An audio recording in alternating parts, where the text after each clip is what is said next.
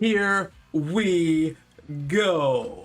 Welcome everybody to the stream. It's your boy, the Dad Force.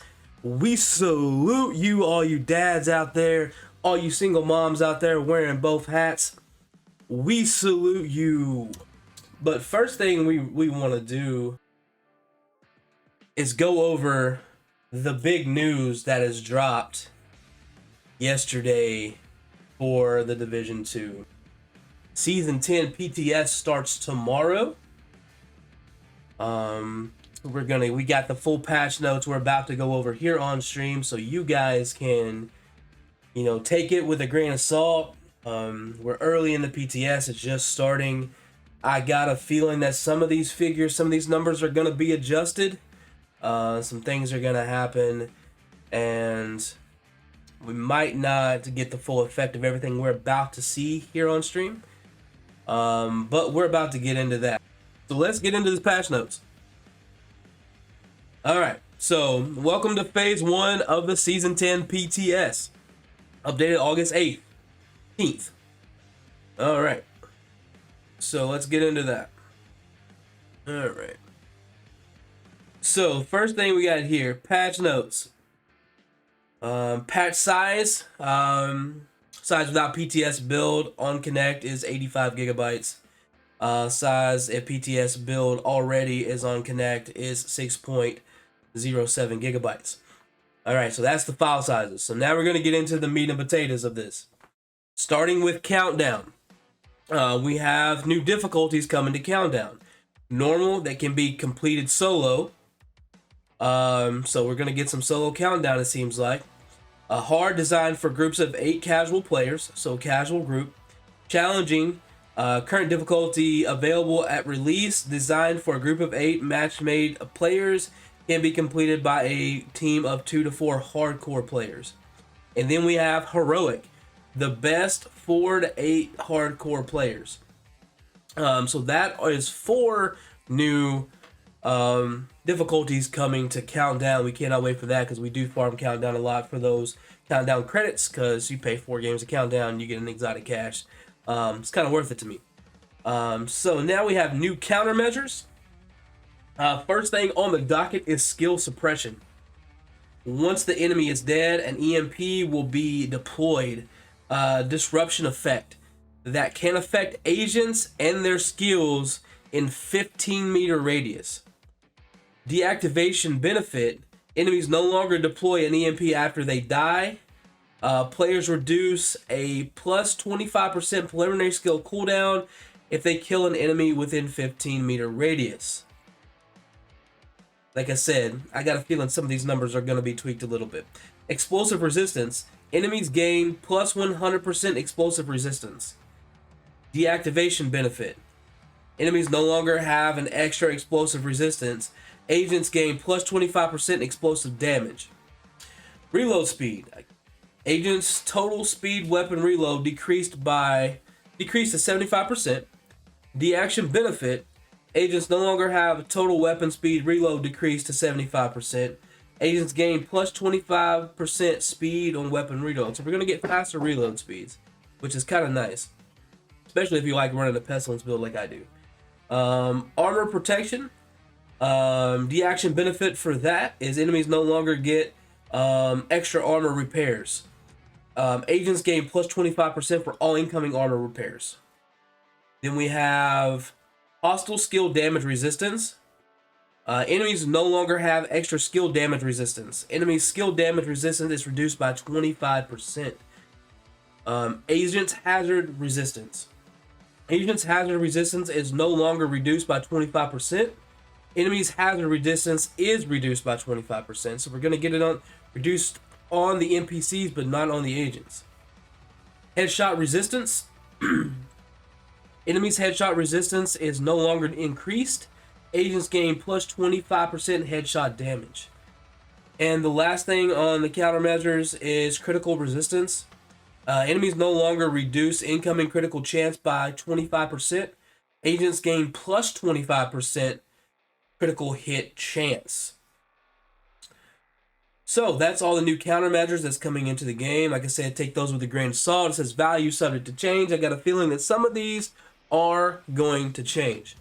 Let's get into some new gear. That's what we always like to see, new gear. See, we have a Arquebuz Brazos brand set, 3-piece brand set. First piece equipped gives you plus 10 skill haste, so that's going to be nice. Second piece equipped give you 1 skill tier, and then 3-piece equips give you 20% ammo capacity. Now that third piece is kind of bullshit. I really don't like it. Just gets away. So like, well, you go from skill, and then ammo. That just seems like, I don't know what they were thinking when they put that brand set together. But the first 2 pieces is something we may rock, especially on a like a test subject, drone and turret build. You know what I'm saying? We rock the first 2 pieces, get the haste, get the skill tier. You know, be able to get our skills back faster, and plus we still be doing, you know, perfectly in sync from the test subject. That seems like something viable that we may run here on stream. But that third piece is just, I don't know about it yet. And then we have a new gear set, Umbra Initiative. It's a 4-piece set, gear set. 2-piece equipped gives you plus 15 critical hit chance, well, that's nice on a DPS build. 3-piece equips gives you 30% reload speed. That's kind of shit. 4-piece equipped gives you access to 2 unique talents based on player positioning. From the shadows and into the light. From the shadows. While in cover, gain 10 stacks per second up to 50. Each stack will give you 1% critical hit damage increase and 0.5% RPM.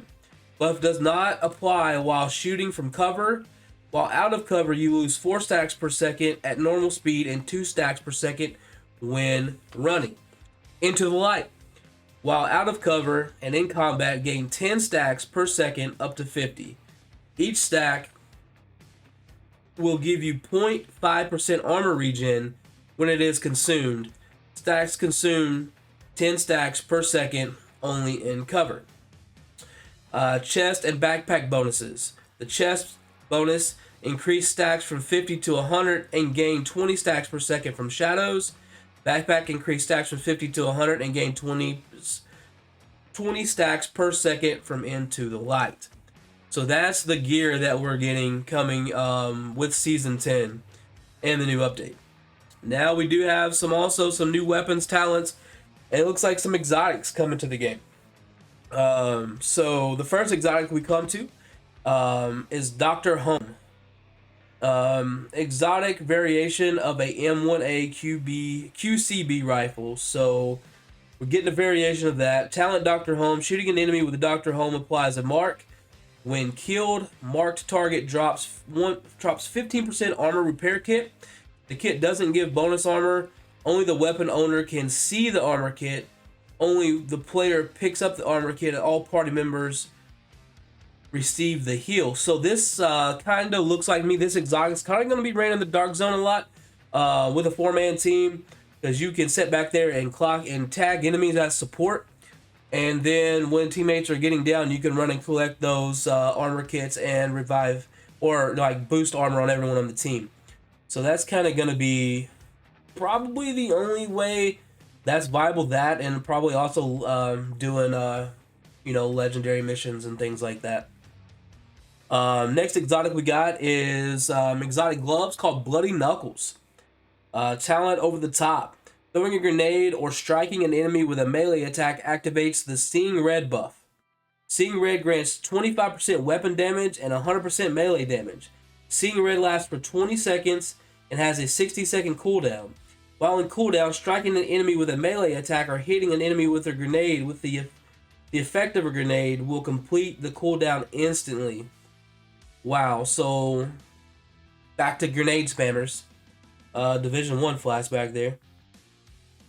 And then we have Busty Little B, an exotic pistol inspired by the lightning rod.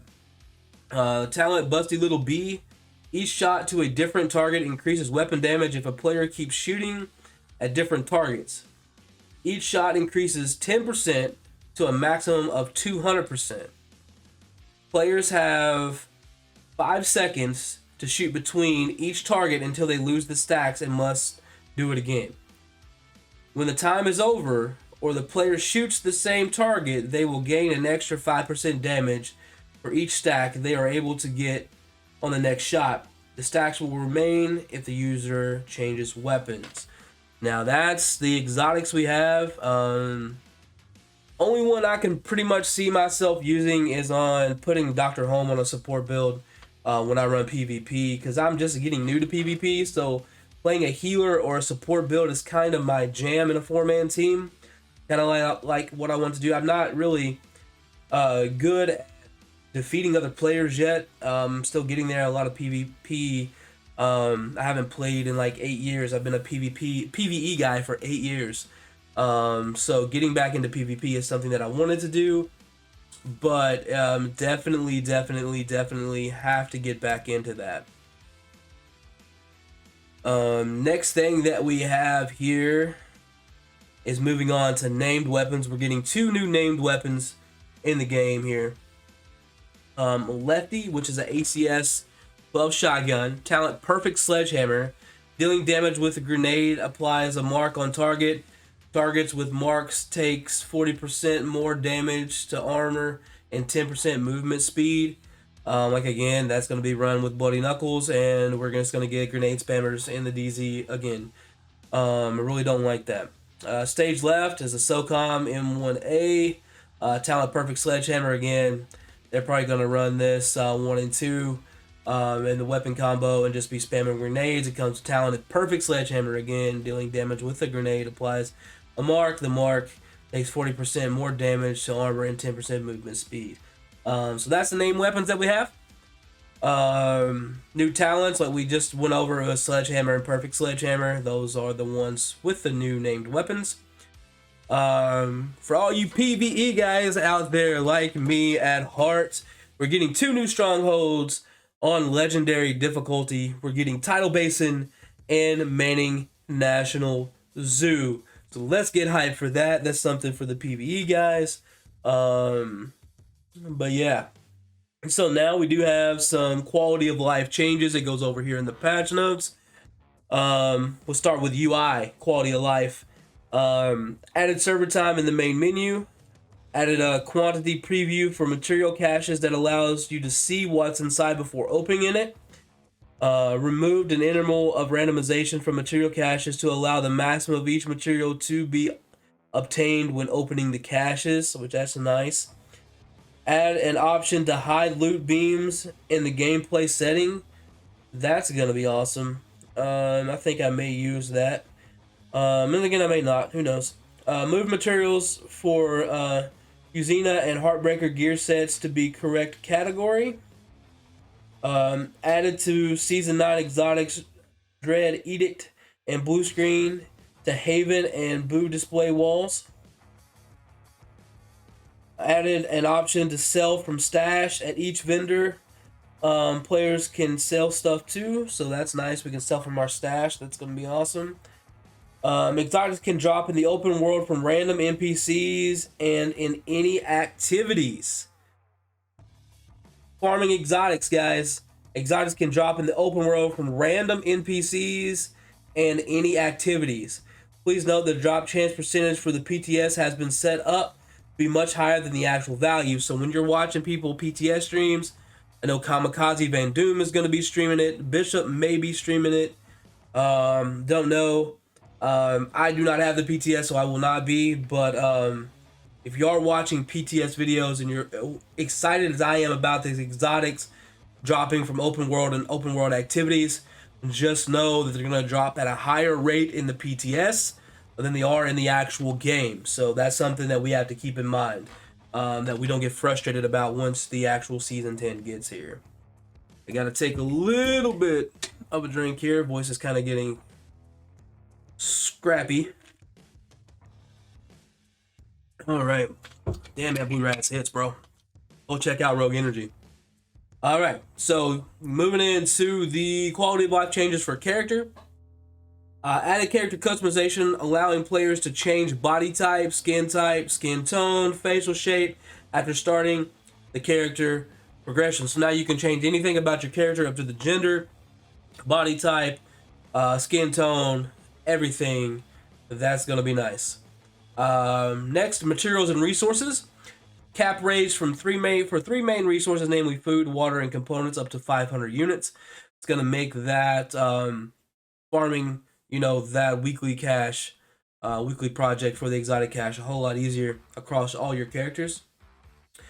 Cap raised for all crafting, optimization materials, and DZ credits. For more information, see the table below. This is kind of the table. I can't pull it up on my screen, but I don't know if you guys can see that, but it's on. I'll put the link in the description on the YouTube video. You guys watching for the replay, you'll have all of that linked to this article, so you can see all these references, all these guides. So, and it says also here a little caveat: incorrect values can be displayed for some materials during PTS. So keep that in mind. There's some things you're gonna be changing. All right, so that's the patch notes. We've went through everything there is to know about the patch notes for the upcoming season, which is out right now. So if you're watching the replay over on YouTube, thank you guys for watching. Subscribe to the channel and hit that thumbs up button if you guys like this content.